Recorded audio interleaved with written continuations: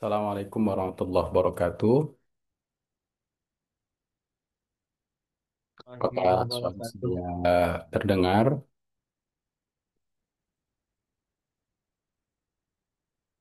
Ini kelas 3A1 ya, Pak Karji.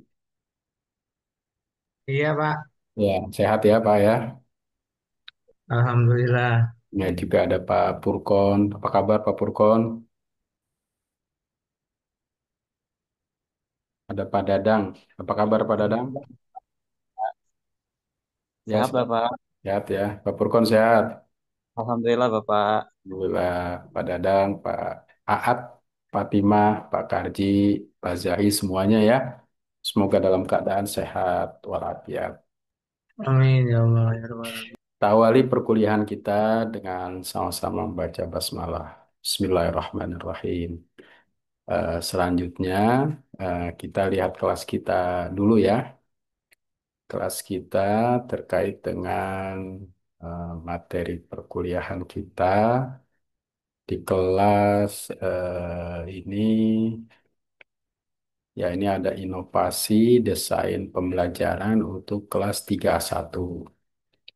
Kelas 3A1 ini ada 23 ya. Kalau kita lihat semuanya ada 23. Sekarang kita hadir baru ya belum maksimal. Nanti jangan lupa nih dijadwalkan 16.30 ya materi kehadiran insya Allah nanti akan sampaikan. Nah kemarin kita sudah belajar terkait dengan tema ini ya, terkait dengan tema ketiga. Insya Allah sekarang kita akan bahas tema keempat. Tema ketiga kita sudah bahas tentang teori ya, beberapa teori desain pembelajaran dan relevansinya dengan PAI. Materi-materi tersebut yang sudah disampaikan kiranya untuk bisa dibaca dan dipahami secara baik. Kemudian di 3A sini ya, ada di 3A saya sudah menyampaikan terkait dengan tugas perkuliahan kita. Nanti teman-teman semua ini bisa dibuka yang di 3A ya. Nah, ini ada pengumpulan tugas mata kuliah, inovasi dan desain pembelajaran PAI ya. Ini ada RPS-nya, bisa diklik, kemudian ada template tugasnya, kemudian juga nanti ada hasil ujinya. Jadi nanti UTS itu nanti akan saya kumpulkan dalam satu folder terkait dengan catatan apa saja yang memang harus diperbaiki. Nah, kemudian ini juga banyak rekan-rekan yang bertanya, bahkan ada yang sudah menyiapkan presentasi untuk materi yang di RPS. Padahal teman-teman mahasiswa itu fokus di tugas ini ya, di tugas yang sesuai dengan template. Jadi UTS itu sudah dianggap jadi semua. Kemudian UASnya itu adalah perbaikan ya, perbaikan sesuai dengan catatan mengenai materi perkuliahan tersebut. Nah, jadi itu ya terkait dengan hal-hal yang perlu disampaikan. Kemarin ada yang belum memahami secara baik. Nah, selanjutnya hari ini atau ingin saya sampaikan mungkin dari rekan-rekan yang lain ada yang sudah siap untuk apa kira-kira menyampaikan tugasnya milihnya yang mana gitu. Pak Dadang sudah siap yang mana Pak Dadang rencananya? Mau mini research atau apa? Pak Jahi, ini namanya Pak Jahi ya. Udah siap apa Pak Jahi? Ya, Pak. Udah siap yang mana tugasnya rencananya? Benar dilihat-lihat dulu, Pak. Ya dilihat-lihat dulu ya. Nanti silakan template-nya. Tuh Pak Karji kira-kira gimana nih? Udah siap yang mana nih? Ini, Pak, justru kan kemarin nggak ikut perkuliahan. Ya, Kondisinya sakit. sakit Jadi ya. bingung pas nanya sama Kang Dadang. Kang Dadang katanya banyak tugas dari Pak Dokter katanya gitu. Mm-mm. Cuman di sini itu lagi buka-buka di template itu. penugasan. Ya, Itu teh apa gimana? Kita milih salah satu ya. Jadi dari pilih salah satu, Pak. Jadi kan itu ada 9. Ada 9, pilih salah satu yang paling sesuai dan diminati oleh Bapak, oleh mahasiswa, ya, oleh teman-teman semua. Jadi jangan sembilan siapa? sembilan ya, pilih satu aja. Siapa? Siap. Nah, nanti kalau Siap. memang UTS itu berarti deadline-nya sudah dikirim. Nanti saya akan berusaha melihat terkait dengan perbaikan. Endingnya itu nanti di UAS, ya. Nah, Siap, misalkan Bapak. mau milih jurnal, ya fokus saja dari sekarang. Cari jurnal yang mau review jurnal ya, misalkan cari jurnal yang terkait dengan inovasi. Kemudian Bapak hanya review saja. Mereviewnya bagaimana? Ada di template-nya. Jadi kalau mereview itu di situ kalau tidak salah bukan satu jurnal, tapi membandingkan 2 jurnal atau lebih. Ya, jadi seolah-olah kita adalah ingin mengkritisi jurnal tersebut. Jadi seperti itu ya. Jadi salah satu, jadi saya tidak menugaskan ke teman-teman itu untuk menyiapkan presentasi terkait dengan materi yang akan disampaikan, tapi fokus pada tugas-tugas yang ada yang disampaikan sesuai dengan template tugas di kelas itu, gitu ya. Jadi, nah kemarin ada yang bertanya, saya presentasi yang mana gitu. Nah, berarti belum memahami ya. Terima kasih, Pak. Yang lain mungkin sudah nih. Ada Pak Dadang. Pak Dadang gimana Pak Dadang? Udah ya memilih yang mana Pak Dadang? Oke, ini ada Pak Aat, Ibu Aat ya, Aat Fatimah. Ibu Aat sudah milih yang mana rencananya nih?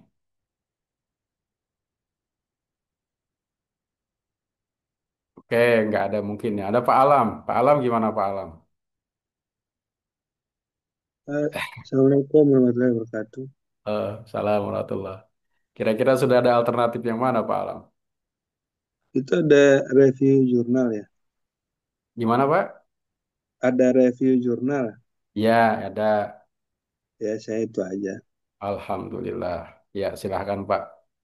Yang mana saja boleh. Terus ada Review Gifari. jurnal untuk Ya, review jurnal internasional kan? ya. Jadi Bapak mereview saja. Jadi kita berusaha menilai, mengkritisi ya. Nah, mereview Ya. itu berarti kita mencoba memberi apa namanya eh, komentar-komentar terkait jurnal tersebut. Jurnal internasional dua ya. Ya dua, dua dibandingkan ya, ya terkait dengan inovasi, inovasi pembelajaran, desain pembelajaran. Oke, Oke, makasih. ya makasih Pak Alam, alhamdulillah udah semangat, sudah siap ya. Ini ada Gifari, Gifari Ramadan, Gifari Ramadan. Terus Rama, Rama Sofa, gini Pak Rama. Kayaknya udah siap nih Pak Rama nih. Ya Pak, Udah siap yang mana kira-kira nih?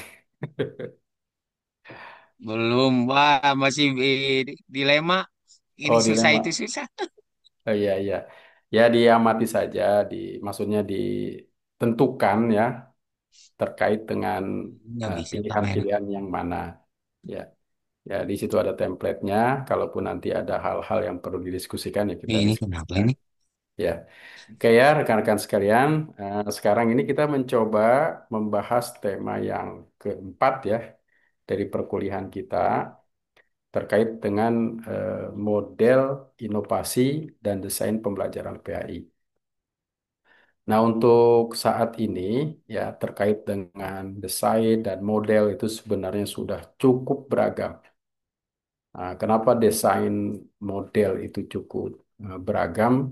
Karena kondisi saat ini perkembangan teknologi, pengetahuan itu sudah cukup melampaui ya bahasanya, sudah cukup besar, sudah cukup banyak sekali hal-hal yang memang terkait dengan inovasi. Inovasi sekarang sudah berada di beragam sisi kehidupan kita ya. Inovasi di pemerintahan juga sudah mulai, inovasi di kesehatan juga sudah mulai, dan juga kita menyaksikan beragam inovasi di setiap sisi kehidupan kita. Nah, kalau kalau sekarang misalkan orang mengantri itu cukup menggunakan aplikasi. Kalau mau berobat ya ada aplikasi JKN gitu ya, itu ada. Jadi mengantri itu sudah ada aplikasinya.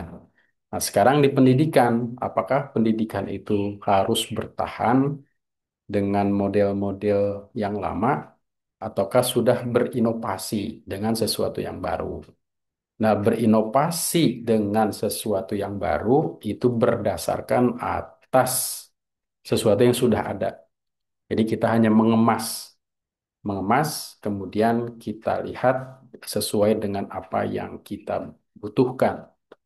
Nah, karena pendidikan itu proses yang sangat kompleks. Dalam pendidikan, mau tentunya total quality management ya, artinya manajemen mutu terpadu untuk perbaikan berkelanjutan ya. Jadi total quality management itu penting kita pahami karena proses di pendidikan kita yang terlibat pendidikan sudah tanda kutip mungkin ya mewakafkan dirinya untuk di pendidikan untuk memiliki sifat dan sikap pembelajar sepanjang hayat ya. Total quality management itu artinya bagaimana caranya pendidikan itu memberikan eh, sesuatu yang terbaik kepada customer, pelanggan. Nah, dalam total quality management itu kita sebenarnya belajar tentang perbedaan antara dunia pendidikan dengan lainnya. Kalau di dunia eh, apa namanya eh, pabrik atau apapun itu ya, itu hanya manusia itu seperti apa ya, kerjanya itu saja. Artinya ada input, processing, output. Inputnya besi, prosesnya dilakukan dengan sedemikian rupa, outputnya bisa jadi mobil. Nah, tapi kalau manusia, inputnya manusia dengan beragam sikap, beragam tingkah laku, beragam budaya, beragam tata kelola. Maka keluarannya apa? Ya. Jadi tidak seperti input, processing, output yang ada dalam apa dunia-dunia lainnya. Nah, karena itu manusia juga perlu sentuhan-sentuhan yang manusiawi ya. Persentuhan manusiawi dan sentuhan manusiawi itu didasarkan atas pendidikan dan didasarkan atas pada nilai-nilai kebenaran. Nilai kebenaran itu bisa berdasarkan wahyu dan juga berdasarkan rasionalitas atau filosofi. Yang penting bangunannya kudah kuat ya antara ontologinya, epistemologinya, dan aksiologinya. Dan ilmu pendidikan itu bangunannya sudah kuat, sehingga dia memisahkan diri dari ilmu-ilmu lainnya, menumbuhkan ilmu pendidikan. Nah, karena itu, dalam ilmu pendidikan ini tentunya juga harus berjalan sesuai dengan perjalanan kehidupan itu sendiri. Nah, karena itu, tujuan dari pembelajaran terkait dengan inovasi itu adalah salah satunya adalah memahami ya tentang model-model inovasi yang dikembangkan.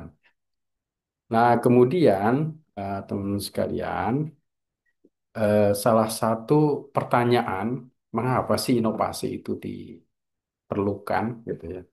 Nah, salah satunya adalah ini yang tadi saya sampaikan, menjawab tantangan zaman. Zaman itu berubah. Yang berubah itu waktu ya. Pada dasarnya yang mengisi sifat-sifat zaman itu ya sama antara baik dan buruk orang-orang yang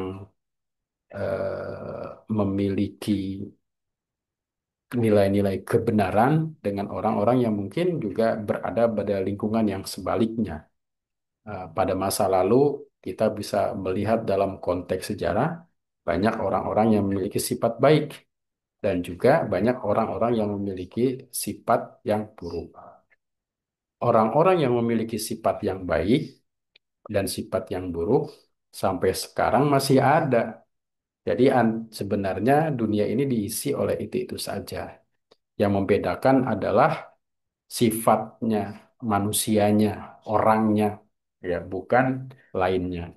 Nah, karena itu di sini eh, perubahan zaman itu harus menyesuaikan, ya, atau maksudnya dibalik, pendidikan harus menyesuaikan dengan konteks zamannya. Nah, dalam hal ini, misalkan ulama-ulama kita pada masa lalu sudah menegaskan bahwa pendidikan itu harus diberikan, harus disampaikan sesuai dengan zamannya. Alimu auladakum fa innahum makhlukuna fi zamanin ghairi zamanikum. Artinya, ajarkan anakmu itu sesuatu karena mereka tidak hidup sejaman dengan zamanmu. Karena itu, sekali lagi, penekanan inovasi pendidikan ini adalah berorientasi pada antisipatoris, berorientasi pada jauh ke depan, berorientasi pada apa, pada pertanyaan apa yang dibutuhkan anak-anak kita pada zamannya. Nah, ini yang menjadi problem. Kenapa? Karena biasanya pendidikan itu lambat merespon perubahan zaman. Sehingga yang terjadi adalah apa yang diperlukan baru direspon. Apa yang dibutuhkan oleh masyarakat baru direspon oleh pendidikan. Seharusnya adalah terbalik. Pendidikan yang harusnya menyiapkan orang-orang yang diperlukan sesuai dengan keterampilan yang ada pada zamannya. Nah, itu ya mengapa inovasi diperlukan. Kedua, terkait dengan PAI, ya, inovasi itu sangat diperlukan karena relevan, apa, PAI itu sering disebut sebagai sebuah pendidikan yang kuno, ya. Artinya sudah berjalan lama. Pendidikan yang sudah berjalan sesuai dengan Rasulullah menyampaikan prinsip-prinsip keimanan, ketakwaan yang kemudian sampai kepada sahabat, sahabat kepada tabi'in, dan sampai kepada kita. Karena itu proses ini sudah panjang dan setiap zamannya sudah ada hal-hal yang terkait dengan kemajuan-kemajuan. Bisa saja kemajuan pada masa lalu itu dianggap tidak maju untuk saat ini. Tapi pada masa itu adalah sesuatu yang memang hebat, ya. Ya, misalkan kita bisa melihat, ya, bagaimana para sahabat itu bisa hafal kitab-kitab, ya, yang menurut kita itu tebal sekali, ya. Al-Muwatta misalkan bisa dihafal. Nah, sekarang kita eh, sedikit sekali yang memiliki kemampuan itu. Bahkan sekarang menghafal itu sepertinya tergantikan dengan model-model yang searching, ya, proses mencari, memanggil dengan menggunakan engine atau coding-coding tertentu. Nah, karena itu bagaimana kemudian PAI juga mampu menyesuaikan dengan konteks zamannya.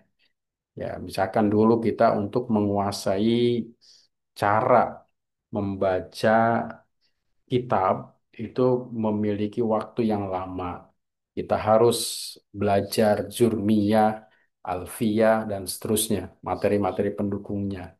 Nah, saat ini mungkin ada metode-metode yang cepat, tetapi pada dasarnya metode-metode itu juga harus dikuasai. Tapi bagaimana kebutuhan saat ini masyarakat yang seolah-olah waktu itu adalah luar biasa, maka orang-orang PAI itu harus memiliki kemampuan menginovasi proses pembelajaran yang sederhana, singkat, namun bisa dipahami dengan baik oleh siswa atau peserta didik. Nah, itu artinya menyesuaikan dengan konteks saat ini. Yang ketiganya adalah memperkuat internalisasi nilai akhlak. Jadi sisi-sisi akhlak ini adalah sisi penting dalam proses pembelajaran PAI. Karena sangat penting, maka penekanan akhlak ini ada dalam setiap pelajaran PAI. Apalagi dalam pelajaran akidah akhlak. Apalagi dalam pelajaran Al-Quran hadis, dalam fikih, ataupun dalam sejarah kebudayaan Islam. Dalam sejarah kebudayaan Islam, kita tidak harus memahami bahwa sejarah itu hanya catatan-catatan masa lalu. Tapi bagaimana kemudian kita mampu menghubungkan masa lalu dengan masa kini. Dalam Al-Quran itu disebutkan wal tanzur nafsum ma qaddamat liqad. Ya, kita harus melihat dirimu dan segala sesuatu yang telah kau lakukan untuk hidup di masa depan. Artinya sejarah masa lalu itu bagaikan spion ya. Kita melihat spion untuk maju ke depan. Kita melihat ke belakang untuk memprediksi ke depan. Jadi belajar SKI bukan hanya belajar tentang tanggal-tanggal kejadian-kejadian yang kemudian kita hafal dan bisa kita panggil kembali hafalan kita. Tapi bagaimana kemudian manusia itu, kebudayaan itu sebagaimana disebutkan oleh Ibnu Khaldun, misalkan, adalah sebuah entitas di mana manusia itu hidup, berkembang, maju, turun, hilang, dan diganti oleh kebudayaan yang baru. Nah, itu juga kita harus pahami. Artinya beragam kebudayaan sudah muncul, hilang, muncul, hilang. Nah, tapi yang terpenting adalah bagaimana mengaitkan itu semua. Misalkan keruntuhan dinasti Umayyah, Abbasiyah, pertarungan politik, pemakzulan khilafah Islamiyah pada masa Ottoman dan segala macam. Nah, itu bisa kita kaitkan dengan konteks-konteks saat ini. Jadi bukan hanya mempelajari sejarah itu sebagai catatan-catatan saja, tapi mampu menghubungkan dengan konteks saat ini. Dan itu yang perlu diinovasi. Siswa-siswa kita sekarang itu di beberapa tempat itu saya mencoba mensurvei ya, bahwa siswa itu memang eh, rata-rata tidurnya itu di atas jam 12. Ngapain dia bukan belajar, main game, pakai handphone. Ketika itu dia bangun harus pagi untuk di sekolah atau di madrasah ini ya yang tidak berbasis pesantren. Ketika dia masuk pagi, maka yang dirindukan adalah gurunya tidak hadir karena dia bisa tidur. Walaupun ada guru pengganti, biasanya di sebuah sekolah itu tidak maksimal. Oke, teman-teman sekalian, saya mencoba apa ada beberapa hal ya yang terkait dengan materi ini yang perlu dibahas terkait dengan model-model inovasi.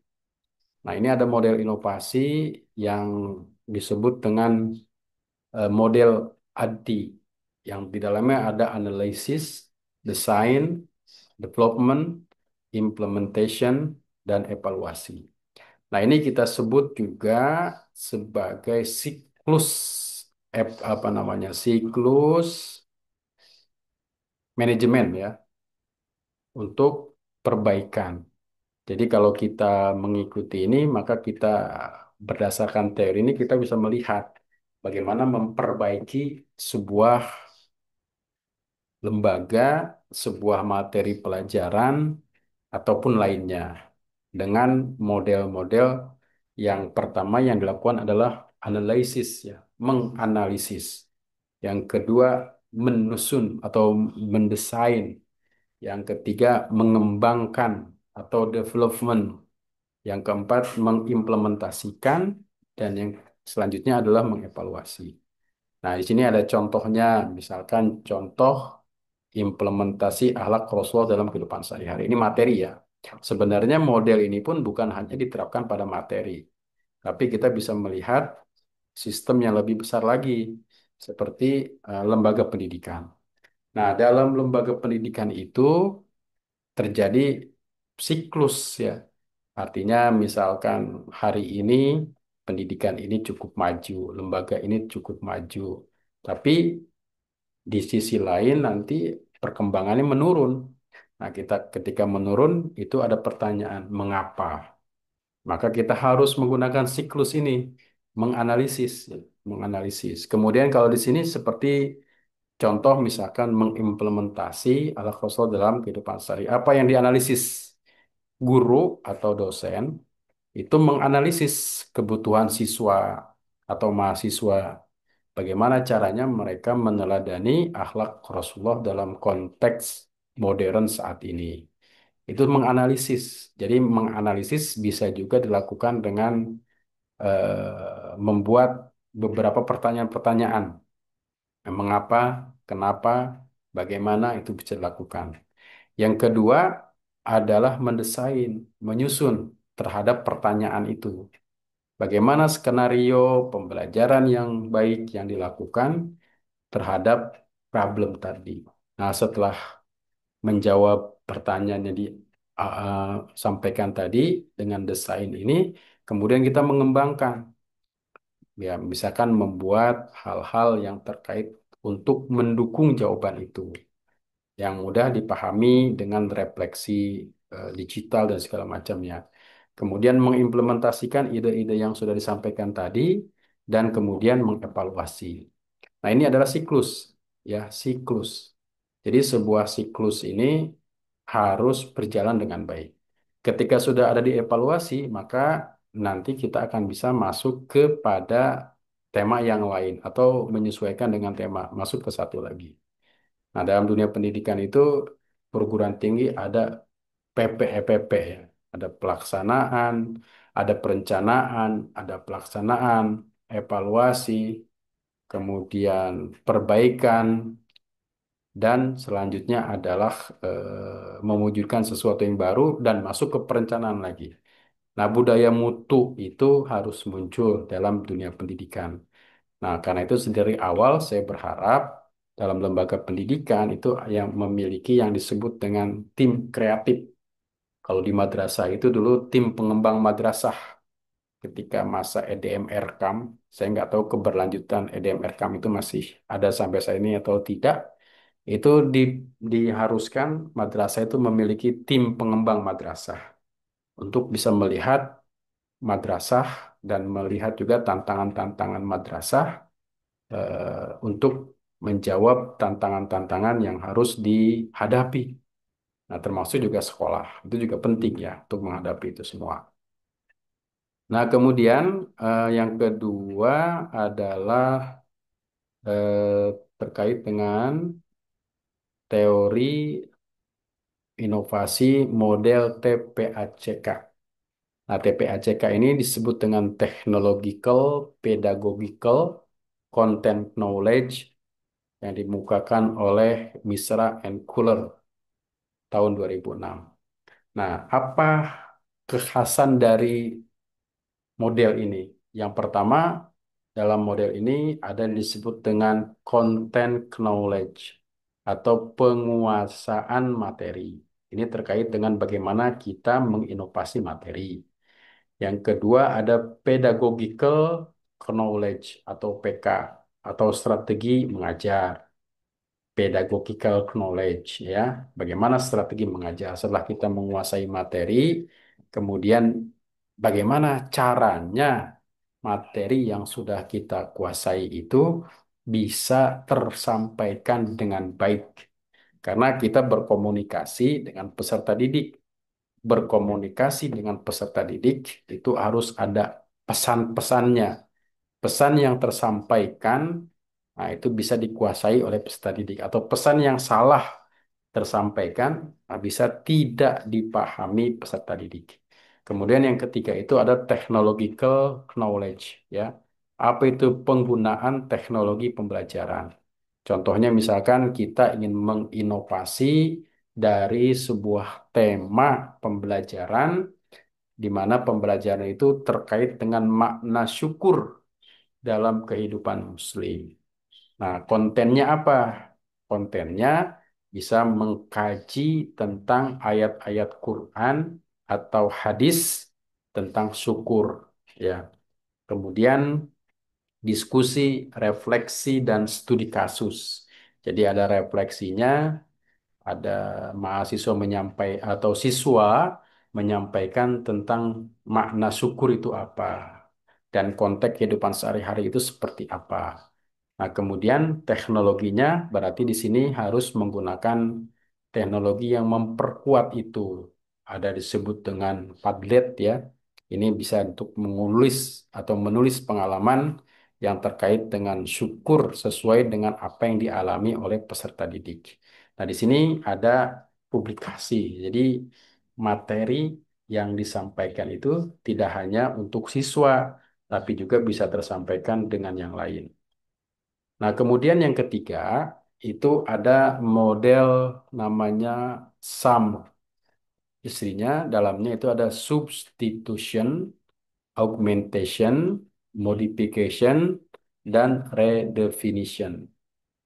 Ya, artinya dalam teori ini, dalam teori inovasi ini yang penting, yang perlu kita pahami adalah bahwa menurut faktanya alat-alat baru apapun yang digunakan itu, teknologi apapun yang digunakan itu hanya mengganti alat lama. Ya, seperti saat ini kan, dulu kita menggunakan papan tulis dengan kapur. Sekarang ada whiteboard dengan beda boardnya white, tulisannya tintanya spidol itu hitam. Nah, sekarang juga ada yang disebut dengan papan tulis elektronik gitu ya, seperti fungsi-fungsi PC, fungsi-fungsi laptop ya, atau mungkin juga sudah menggunakan layar sentuh. Tapi pada intinya sama. Fungsinya hanya menyampaikan informasi. Artinya media itu, alat itu hanya menggantikan alat lama. Karena menggantikan alat lama, maka kemudian penggunanya juga harus memahami itu. Tidak lagi menggunakan tulisan-tulisan yang sifatnya manual. Walaupun di dalamnya ada dampak positif dan negatifnya ya. Negatifnya misalkan karena sering menggunakan alat-alat terkait dengan eh, laptop atau PC atau lainnya, siswa sekarang itu kalau dilihat catatannya sepertinya perlu dievaluasi ya. Zaman-zaman kita itu ada materi pelajaran bagaimana menulis indah. Nah, sekarang sudah tidak ada karena sebagian besar menulis yang indah-indah itu sudah digantikan oleh teknologi eh, informasi ya. Jadi substitution itu berarti kita hanya memahami teknologi hanya mengganti alat yang lama. Kemudian yang kedua adalah augmentation. Ada peningkatan fungsi. Alat yang digantikan itu menggantikan alat itu untuk meningkatkan fungsi. Kemudian yang ketiga modification. Ada modifikasi yang memodifikasi tugas belajar yang tujuannya adalah untuk lebih mendalam,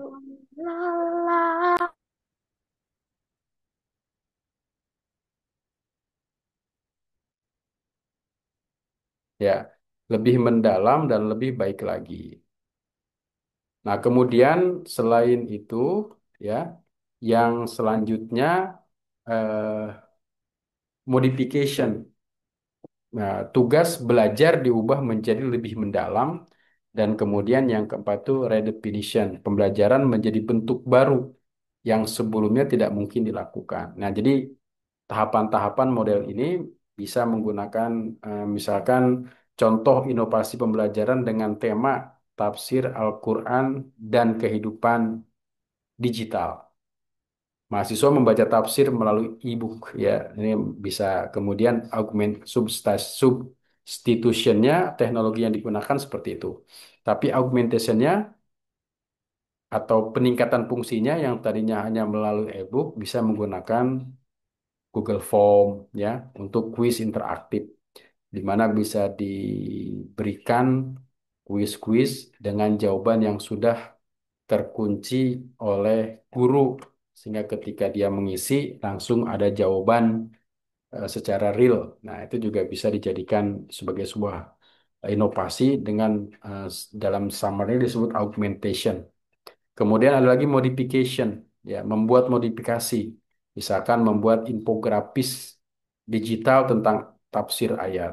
Ya, tafsir ayat dibuat informasi digital ya tentang terkait dengan tafsirnya menurut ulama ini seperti ini, menurut ulama ini seperti ini, menurut maudhu'i tafsir tematik seperti ini. Itu juga perlu dilakukan. Nah, kemudian yang terakhir itu ada redefinition menurut teori Summer itu yaitu membuat podcast. Nah, ini sebenarnya bisa em, tema-tema ini menyesuaikan dengan tema utama yang diberikan. Ini model yang ketiga ya. Ada lagi model yang keempat. Nah, model keempat ini sering disebut sebagai PBL ya. Apa PBL itu? PBL itu disebut dengan problem based learning. Purpose. Ya, jadi proses pembelajaran berbasis masalah atau juga dengan project based learning project untuk menyelesaikan masalah. Dikemukakan oleh konstruktivisme ya dari teori konstruktivisme John Dewey dan Burroughs. Nah, PBJL ini menekankan pemecahan atau menyelesaikan masalah. Digunakan untuk bagaimana mampu menyelesaikan masalah ya. Masalah apa? Ya tentu di sini kaitannya dengan PAI.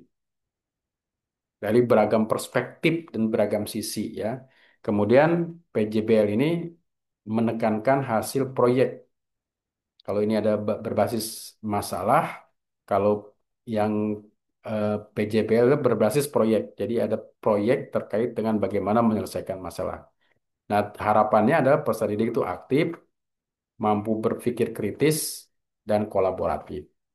Kolaboratif artinya bisa berpikir bekerja sama, menganggap sesuatu itu bisa dilakukan secara bersama-sama, tidak bisa dilakukan sendiri-sendiri. Nah, penting berpikir kolaboratif merupakan sebuah kecerdasan ya yang dibangun dalam abad 21 itu ya.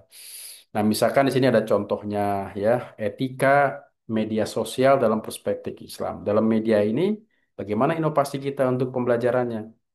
Mahasiswa mengidentifikasi masalah etika di media sosial. Ya, di media sosial kan sudah luar biasa ya proses kadang-kadang menyajikan video dalam bentuk yang singkat, tetapi tidak memperhatikan etika. Ya, nah kemudian siswa meneliti ayat atau hadis tentang ini konsepnya, meneliti terkait dengan konsep ini. Kemudian mahasiswa menyusun solusi etis berbasis dalil ya menyusun solusi etis berbasis dalil kemudian kalau PJBL-nya membuat kampanye karena proyek ada kampanye-kampanye yang terkait dengan agar orang itu mampu menyelesaikan masalah agar orang itu tidak melakukan sesuatu yang terkait dengan ini ya gibah fitnah dan segala macamnya. Pentingnya juga tabayun. Kenapa tabayun itu sangat penting? Karena saat ini ya proses penyampaian berita-berita yang tidak berdasar itu dianggap sebagai sebuah kebenaran. Maka kemudian menggunakan proyek-proyek menginovasi seperti ini berarti proses pembelajaran di mana siswa langsung mampu memberikan pesan-pesan pada orang lain bagaimana harus memiliki sifat kritis dan teliti terhadap berita-berita yang tidak baik. Nah, kemudian yang kelima ada model ini, flipped classroom and blended learning. Nah, ini sebagaimana dipahami, ini adalah proses gabungan ya.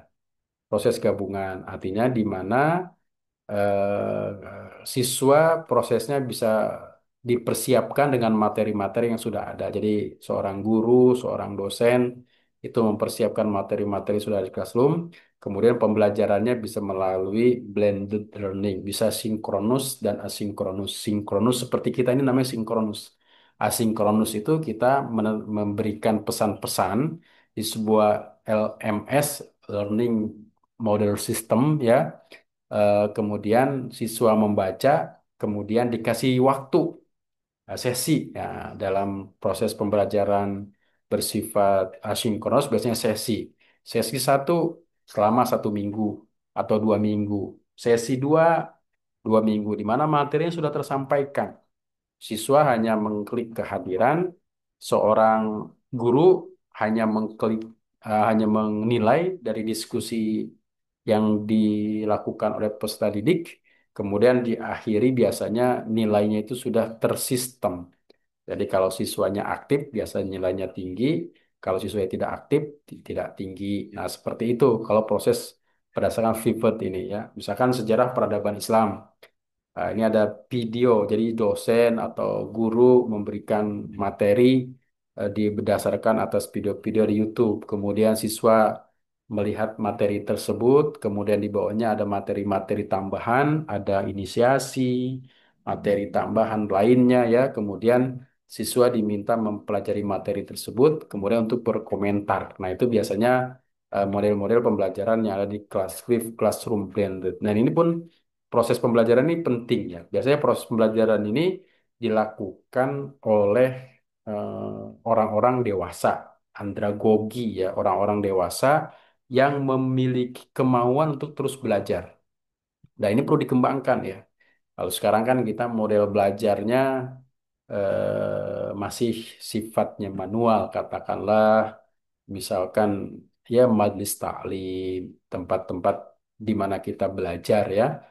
Majelis taklim dengan tempat itu kan banyak yang diperlukannya, ada tempatnya, ada macam-macamnya. Tapi kalau kita menggunakan ruang-ruang virtual, itu bisa menjangkau banyak orang. Dan ini juga perlu dilakukan karena itu bagian dari dakwah ya, bagian dari dakwah untuk menyampaikan kebenaran kepada siapa saja. Nah, kemudian yang keenam itu ada model yang disebut dengan inquiry based and experiential learning. Experiential learning ya. Apa maksudnya? Yaitu teori ini berakar dari David Cole dan John Dewey. Inquiry artinya peserta didik mencari jawaban sendiri dengan bimbingan guru. Jadi mencari jawaban dengan bimbingan guru. Eksperientalnya pembelajaran berbasis pengalaman langsung. Contoh misalkan nilai kejujuran dalam bisnis Islam. Nah, nilai kejujuran dalam bisnis Islam itu mereka bukan hanya belajar mengenai apa. Jadi kalau kita kan sering jujur secara etimologi itu apa gitu kan. Nah, sebenarnya pembelajaran ini bukan tidak baik, tapi perlu ditekankan pada aspek-aspek yang lain. Nah, kalau mereka pasti sudah memahami apa kejujuran ini, tapi kemudian menjadi problemnya adalah apakah ini diterapkan di masyarakat, di kalangan pedagang, di kalangan UMKM atau tidak. Maka kemudian mereka melakukan mini research, penelitian yang sederhana melalui wawancara, bagaimana kejujuran diterapkan dalam para pedagang, apakah jujur atau tidak. Nah, ini kan menjadi problem yang kemudian menjadi sebuah mini riset dan bisa diteliti, dikembangkan. Kemudian bisa membuat formulasi harusnya seperti apa nilai kejujuran ini berkembang di kalangan pedagang, ya. Nah, karena Islam pun sangat menekankan untuk pedagang-pedagang itu yang jujur. Nah, kemudian ini teori yang keenam. Yang ketujuh itu ada UDL, Universal Design for Learning. Apa itu? Ya, yaitu sebuah model inovasi yang dikembangkan oleh Center for Applied Special Technology. Nah, intinya apa di situ? Pertama adalah multiple mean of representation. Apa itu? Yaitu beragam cara penyajian. Karena kita pahami seseorang itu tidak dipaksakan untuk menggunakan satu metode, tapi bisa menggunakan beragam metode. Itu yang pertama. Yang kedua ada multiple mean of expression, of expression. Jadi beragam cara mengekspresikan. Jadi mengekspresikannya dengan beragam cara. Atau yang ketiga, multiple mean of engagement. Beragam cara keterlibatan belajar. Nah, artinya teori ini didasarkan pula atas kecerdasan yang multiple. Bahwa seseorang itu memiliki kecerdasan yang beragam. Proses pembelajaran kepada orang-orang itu tidak harus satu kecerdasan saja. Nah, karena itu seperti misalkan makna toleransi antar umat beragama.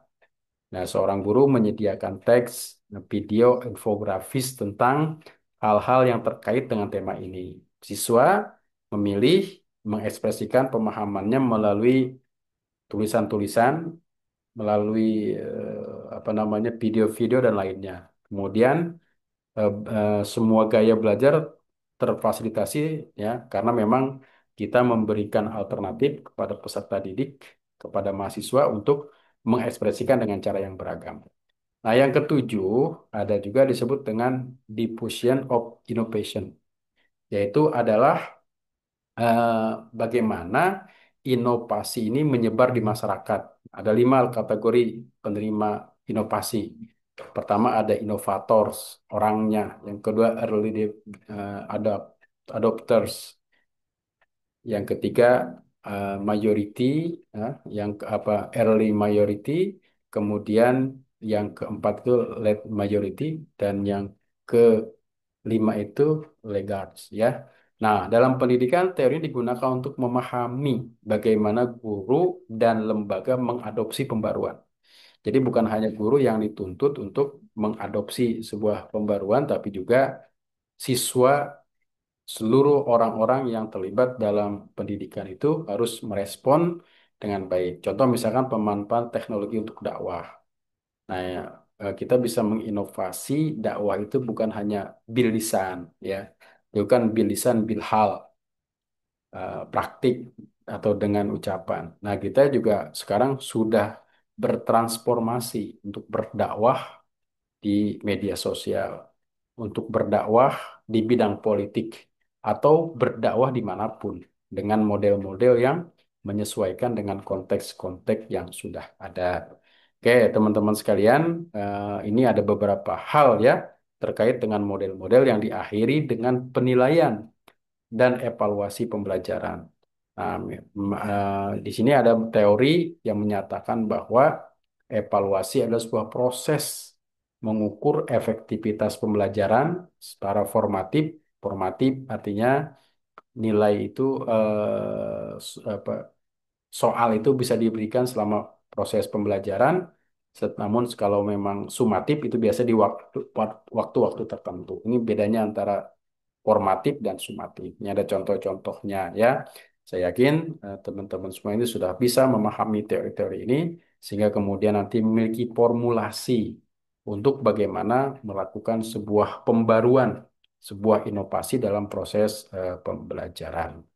Nah, teman-teman sekalian, itu terkait dengan materi yang disampaikan saat ini ya. Jika ada hal-hal yang ditanyakan, disilahkan.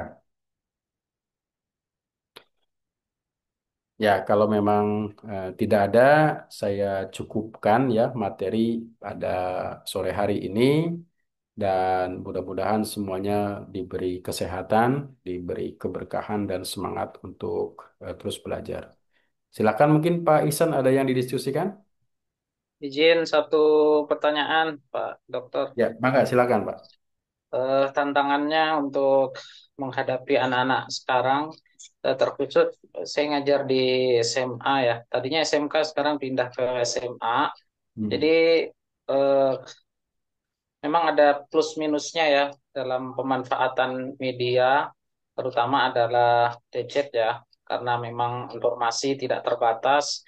Tapi yang terkadang kita harapkan sebagai guru itu siswa itu terkadang nggak sesuai dengan harapan lah. Misalkan kita mengharapkan guru itu kan anak-anak tuh bisa menggunakan handphone lah sebagai media pembelajaran lah, pemanfaatan untuk mencari sumber-sumber belajar lah, misalkan entah ceramah dengan tema apa, bab fikih atau bab eh, ngaji aja lah, misalkan itu udah banyak sekali metode supaya anak-anak itu lebih cepat pencapaian, cepat bisa membaca, kan sebenarnya sangat membantu itu. Tapi terkadang anak-anak itu malah lebih senang nonton, main, hiburan daripada apa yang penting buat mereka kaitannya dengan target-target pembelajaran. Nah, Ya. bagaimana nih cara memotivasi ataupun eh, anak-anak itu biar ngerti bahwasanya ini lebih penting, ini harus didulukan gitu. Kadang hanya hiburan dan seterusnya lah, persentasenya kecil dalam pemanfaatan kecuali hanya untuk tugas kalau disuruh, kalau untuk menumbuhkan kesadaran pemanfaatan media ini terkadang masih sangat kurang.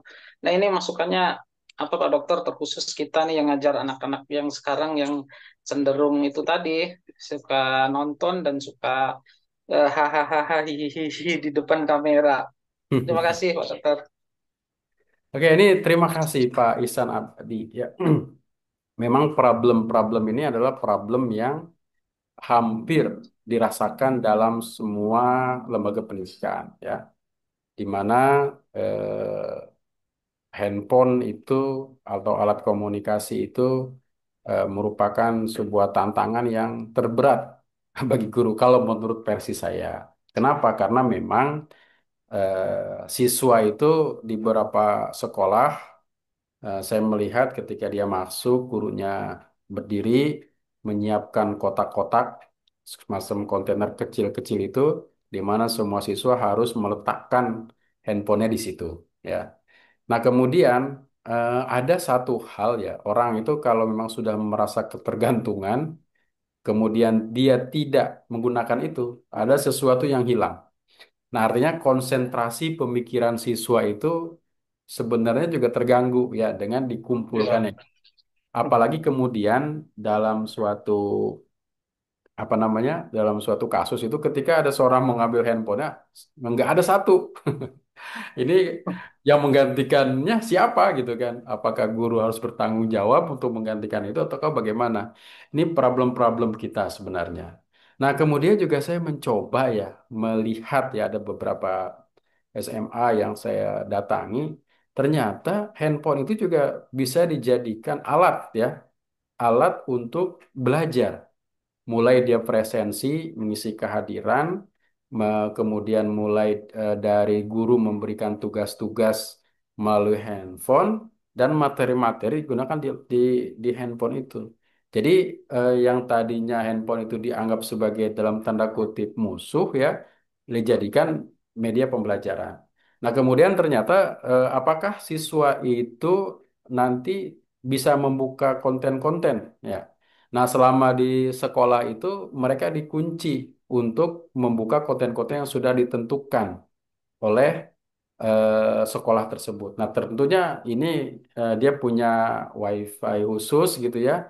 Kemudian siswa itu tidak menggunakan internetnya itu tidak menggunakan pribadi tapi dengan WiFi itu. Nah, kemudian terkontrol, terkoneksi. Nah, ini sebenarnya juga perlu dilakukan ya, karena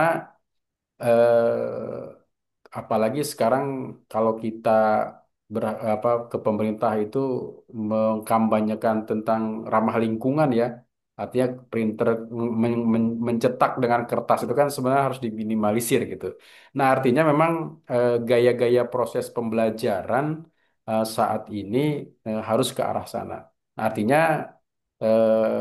tantangan terberat kita adalah bagaimana media handphone ini yang tadinya dianggap mengganggu, tapi dianggap sebagai sebuah sarana untuk menyampaikan pesan-pesan dan proses pembelajaran dengan mengkampanyekan apa namanya literasi, numerasi dan segala macamnya.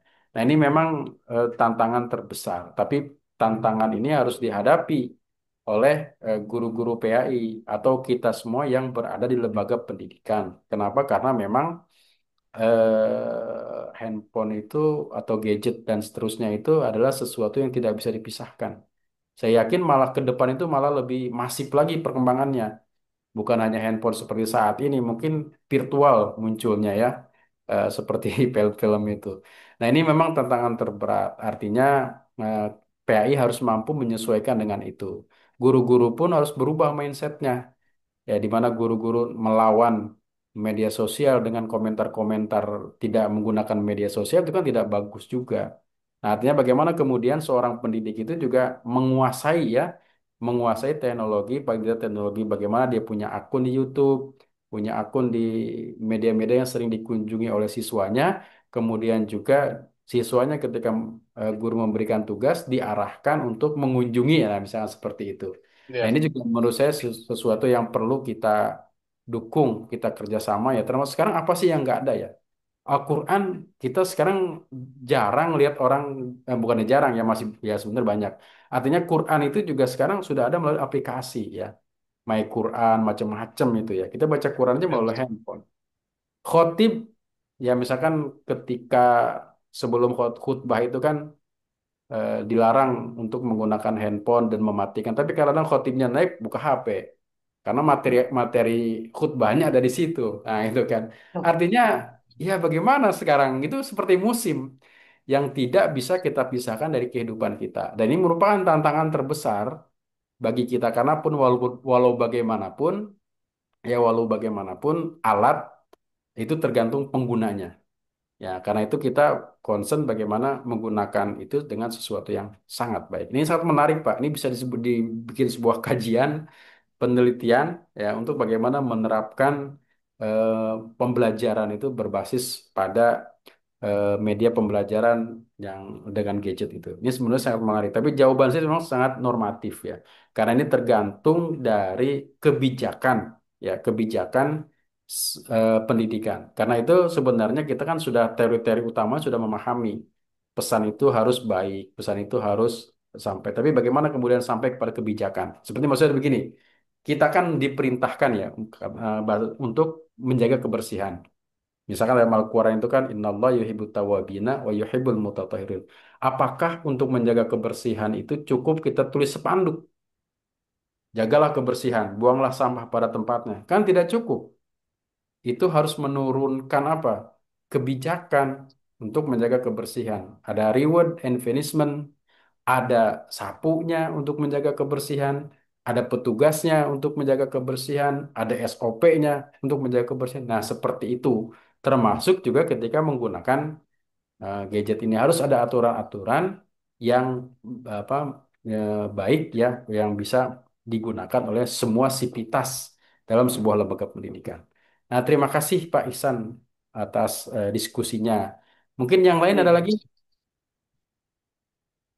Oke, terima kasih banyak semuanya, teman-teman semua. Salam sehat selalu. Mudah-mudahan Amin. kita diberikan ilmu yang manfaat ya, keberkahan oleh Allah Subhanahu wa taala. Terima kasih Amin. atas Maaf Pak, perhatiannya. Mohon mohon maaf maaf atas segala absennya kekurangan. udah dibuka Pak. Akhirul kalam. Assalamualaikum warahmatullahi wabarakatuh. Waalaikumsalam Warahmatullahi Waalaikumsalam wabarakatuh. warahmatullahi warahmatullahi wabarakatuh. wabarakatuh. Saya Makasih, izin Pak. duluan ya, Bapak Terima Ibu, kasih. izin duluan. Assalamualaikum.